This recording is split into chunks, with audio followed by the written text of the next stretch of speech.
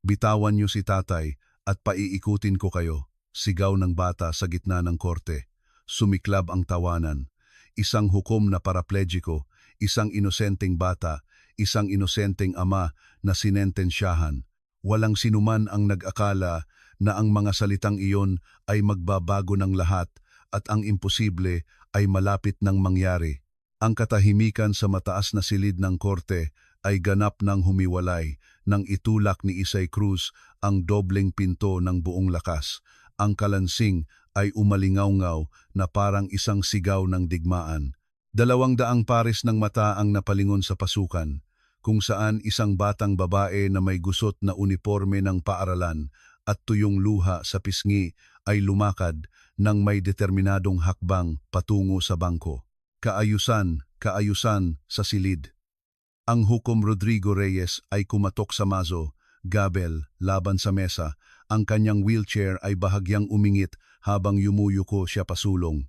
Ang kanyang mga matang kulay abo, na pinatigas ng mga dekada sa korte, ay nakatutok sa maliit na intruder.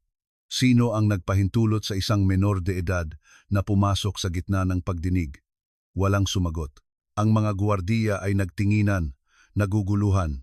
Si Isay ay tumakbo ng napakabilis, kaya nalampasan niya ang metal detector bago pa man siya mapigilan. Inosente ang tatay ko. Ang boses ni Isay ay bumali sa protocol na parang kidlat na bumibiyak sa langit. Alam niyo lahat, pero walang gustong makinig sa katotohanan. Sumabog ang bulungan sa silid. Naglabas ng kamera ang mga mamamahayag. Ang mga tao sa galerya ay nagsimulang magbulungan. Sa bangkilyo ng mga akusado, biglang itinaas ng Dr. Mateo Cruz ang kanyang ulo, ang kanyang mga mata ay naghahanap sa kanyang anak. Ang kanyang mukha ay payat, may balbas na ilang araw at may madidilim na marka sa ilalim ng mga mata ng isang taong hindi nakatulog sa loob ng mga linggo. Isay, wag! Bulong niya sa desperasyon. Sinusubukang tumayo, ngunit pinigilan ng mga opisyal na nagbabantay sa bangkilyo. Ang piskal na si Vargas ay agad tumayo, inaayos ang kanyang tie sa isang teatrikal na kilos. Kamahalan, ito ay lubos na irregular. Ang batang ito ay humahadlang sa isang legal na proseso. Hinihiling ko na agad siyang paalisin. At ikaw ay sinungaling. Lumingon si Isay sa piskal. Ang kanyang maliit na daliri ay itinuturo ito ng walang takot.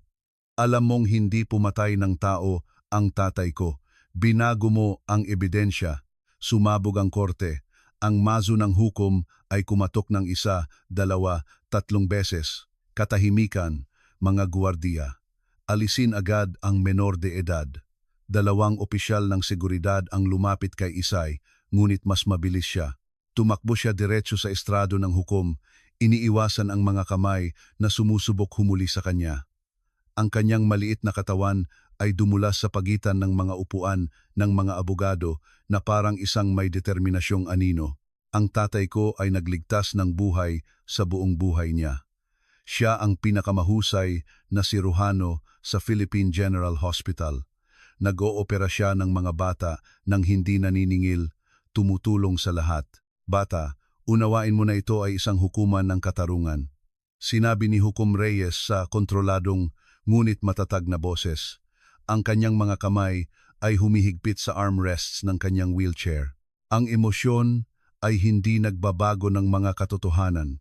Ang iyong ama ay inaakusahan ng kapabayaan sa medisina na nagresulta sa pagkamatay ng isang pasyente. Ang ebidensya ay gawa-gawa lang. Inabot ni Isay ang harap ng estrado. Napakalapit na nakikita niya ang mga ugat na nakatanda sa mga kamay ng magistrado. At alam niyo po iyon. Alam nating lahat sa korte na ito. Isinara ni Dr. Mateo Cruz ang kanyang mga mata ng mahigpit. Sinisira ng kanyang anak ang anumang posibilidad ng hinaharap na apela sa pag-iinit na iyon. Tumayo ang abogada niyang si Attorney Monica Reyes, kinakabahan. Kamahalan, humihingi ako ng paumanhin sa ngalan ng aking kliyente. Ang menor de edad ay halatang traumatized. Ang bata ay nagsasabi ng katotohanan. Isang matandang boses ang tumaas mula sa gallery ng publiko.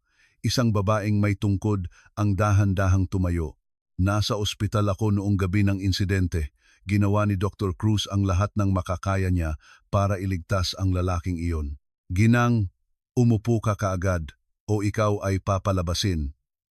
Utos ng hukom. Ngunit ang iba ay nagsimulang tumayo. Una isa, pagkatapos ay tatlo, pagkatapos ay dosena ng mga tao sa gallery. Ang anak ko ay buhay dahil kay Dr. Cruz. Minimedyahan niya ang asawa ko nang hindi naniningil ng isang sentimo.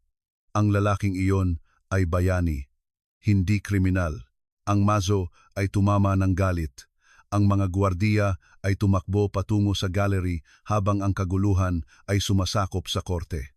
Sa gitna ng kaguluhan, sinamantala ni Isay ang sandali.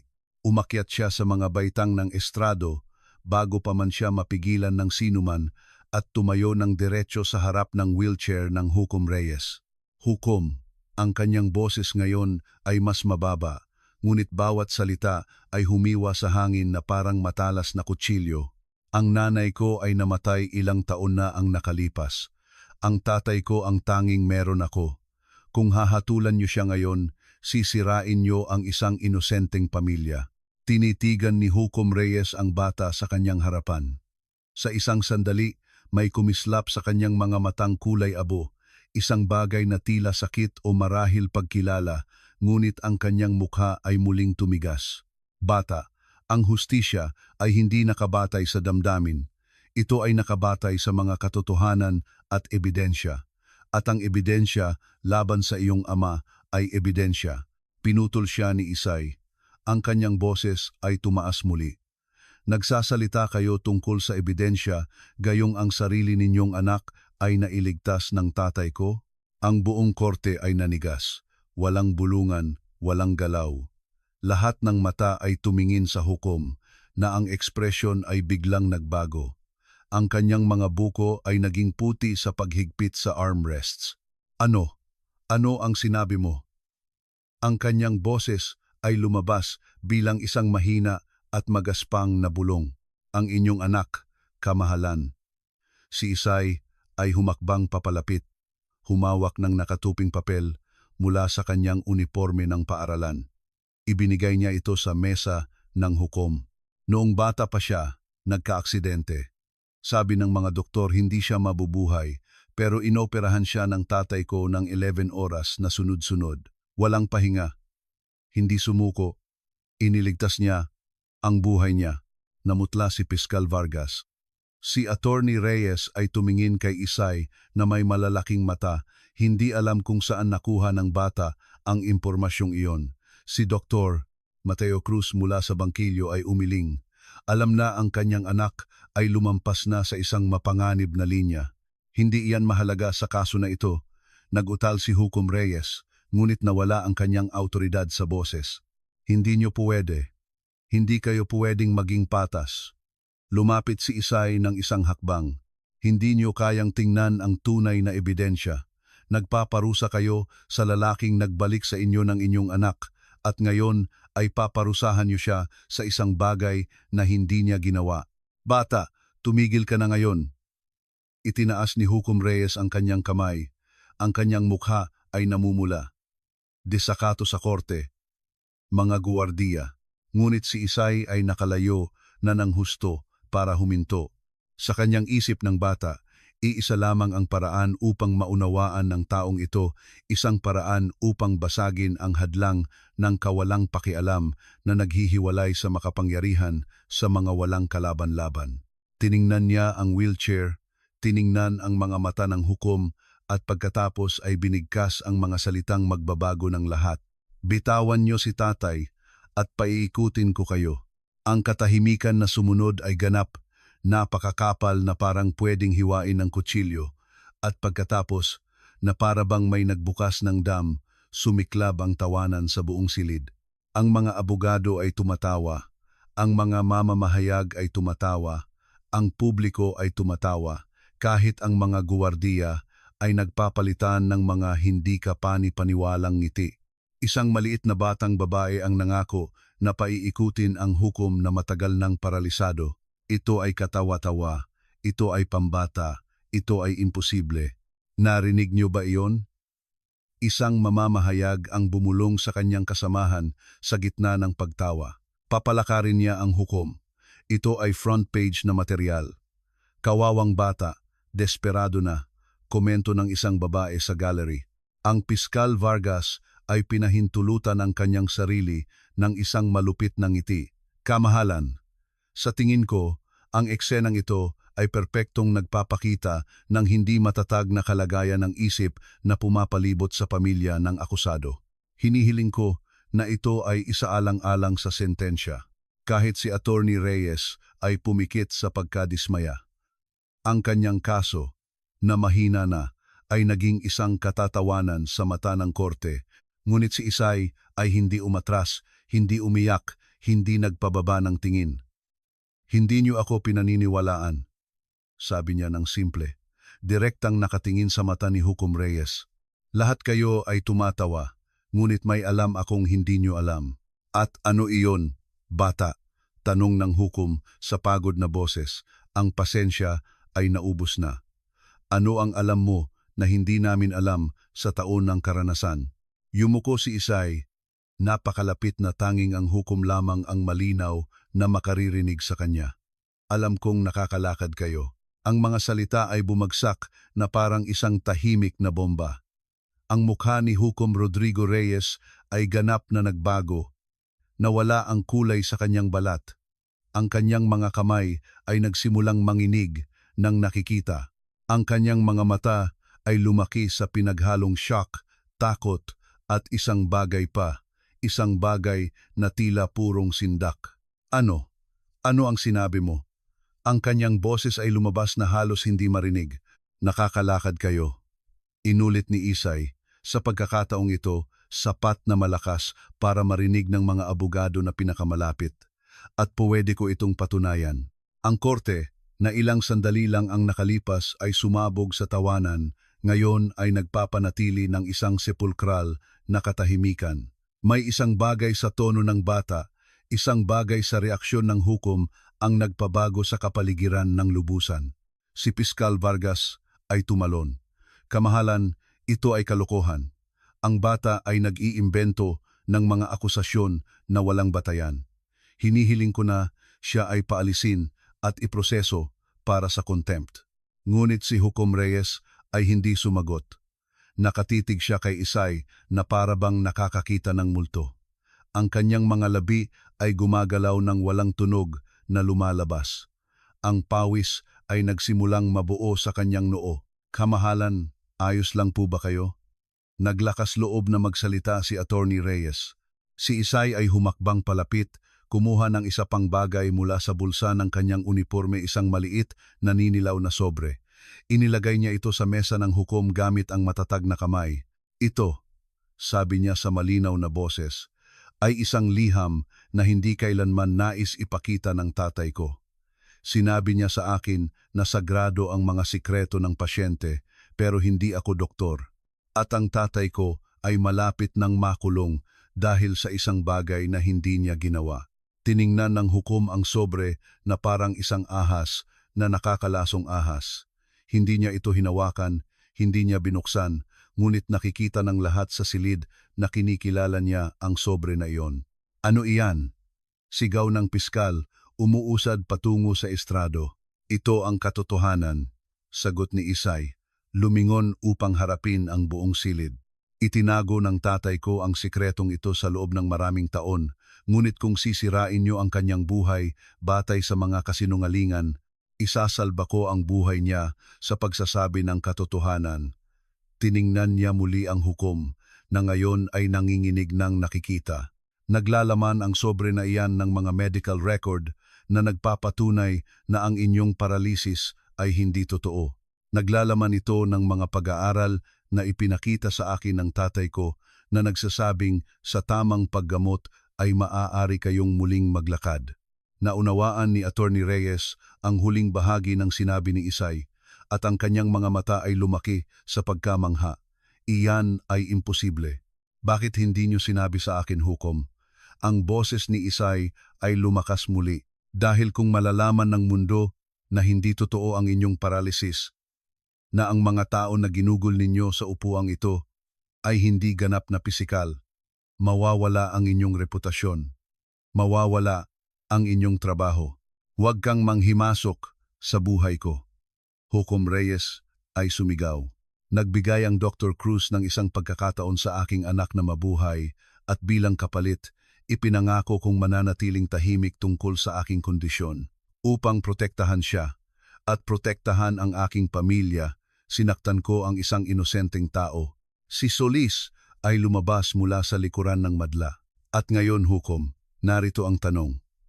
Handa ka bang gawin ang tama para sa kanya o magpapatuloy ka sa pagsisilbi sa mga taong nagpapanatili sa iyo sa upuang iyon? Ang hukom ay tinitigan si Isay. Ang kanyang mga kamay ay humawak sa wheelchair ng mahigpit. Ang kanyang mga mata ay puno ng matinding pighati at takot. Sa wakas, huminga siya ng malalim. Ipinatawag ko ang aking anak na si Andres ngayon. Siya ang unang taong dapat malaman na ang lahat ng ito ay isang malaking kasinungalingan. Sa sandaling iyon, nagring ang telepono ni Solis. Sumagot ito, nakinig sandali, at ang kanyang mukha ay naging kulay abo. Si Irene Villanueva, bulong niya. Siya ang nagpapatakbo ng lahat. Alam niyang nagsisimula na tayong gumalaw. Nagpadala siya ng team para kunin si Dr. Cruz. Si Isay ay nanigas. Si tatay, kalma Isay, sabi ni Solis. Nasa isang ligtas na lokasyon siya kasama si Attorney Reyes.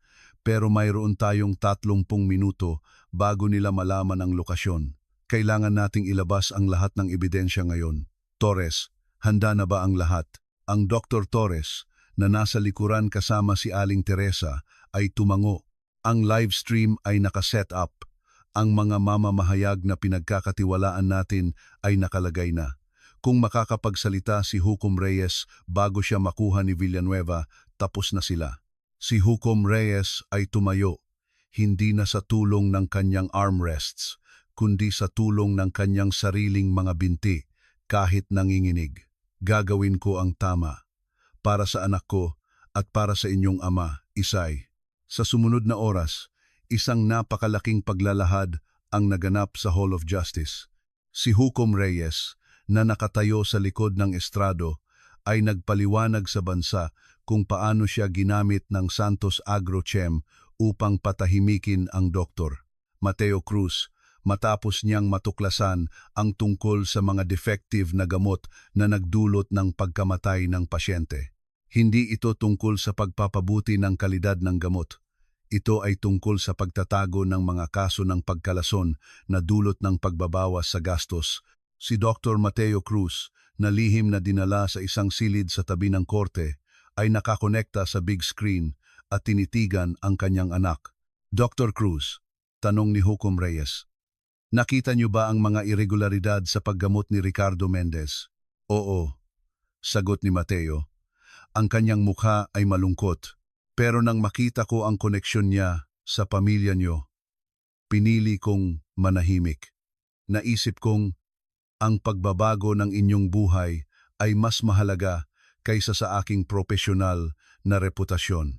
At ang iyong asawa, tanong ni Reyes, namanan niya ang aking pagiging tahimik. Ang aking tunay na kasalanan ay hindi ang pagpili na manahimik, kundi ang hindi pagtitiwala sa kakayahan ng katotohanan na makalabas. Samantala, sa isang high-rise office, si Don Emengildo Santos ay sumisigaw sa kanyang telepono, i-pull out ang lahat. Kung makakita pa kayo ng reporter na nakikipag-usap sa bata, patayin nyo na lang. Sa korte, nagpatuloy si Isay sa kanyang ginawa. Inilahad niya ang mga larawan at mga file na ibinigay sa kanya ni Dr. Torres at ni Attorney Reyes. Bawat ebidensya ay nagpapabagsak sa mga koneksyon ni Don Emengildo. Nang matapos ang live broadcast, ang buong bansa ay nagkagulo. Sa loob ng ilang oras, nagsimulang mag-aresto ang NBI sa mga konektadong opisyal at miyembro ng Santos Agrochem. Ang Dr. Mateo Cruz ay pinalaya at ang mga kaso laban sa kanya ay binawi. Ang kanyang pagiging inosente ay hayagang idineklara. Ilang linggo pagkatapos, Sa isang simple ngunit makabuluhang seremonya sa parish ng San Roque, ipinagdiwang nila ang muling pagsilang ng kanilang pamilya. Si Hukom Rodrigo Reyes, na ngayon ay naglalakad ng may lakas, ay nagbigay ng talumpati. Hindi niya binanggit ang kanyang paralisis, ngunit binanggit niya ang kanyang anak. Si Andres ay isang pediatrician ngayon. Ginagamit niya ang buhay na ibinigay sa kanya ng isang bayani, si Dr. Mateo Cruz. At dahil sa kanya, natutunan ko na ang tunay na katarungan ay hindi sa batas, kundi sa puso. Si Dr. Mateo Cruz ay humawak sa kamay ni Isay. Salamat sa pagtuturo sa akin kung paano maging matapang muli. Hindi ko po ginawa iyon, Tay. Ngumiti si Isay. Tinuruan niyo po ako na hindi ko kailangang maging malaki para maging matapang. Kailangan ko lang maging tama. Ang kwento ni Isay, ang batang babae na nagpaiyak sa isang hukom at nagpabagsak sa isang korporasyon, ay naging alamat sa buong Pilipinas. Hindi ito tungkol sa kanyang ama o tungkol sa mga masamang tao na naparusahan. Ito ay tungkol sa isang 10 taong gulang na bata na, dahil sa pagmamahal sa kanyang ama, ay nagpakita sa bansa na ang bawat individual, gaano man kaliit, ay may kapangyarihang magdala ng liwanag sa pinakamadilim na sulok ng kawalang katarungan. At ang pinakamalaking katarungan ay ang pagpapakita ng pagmamahal sa kabila ng takot.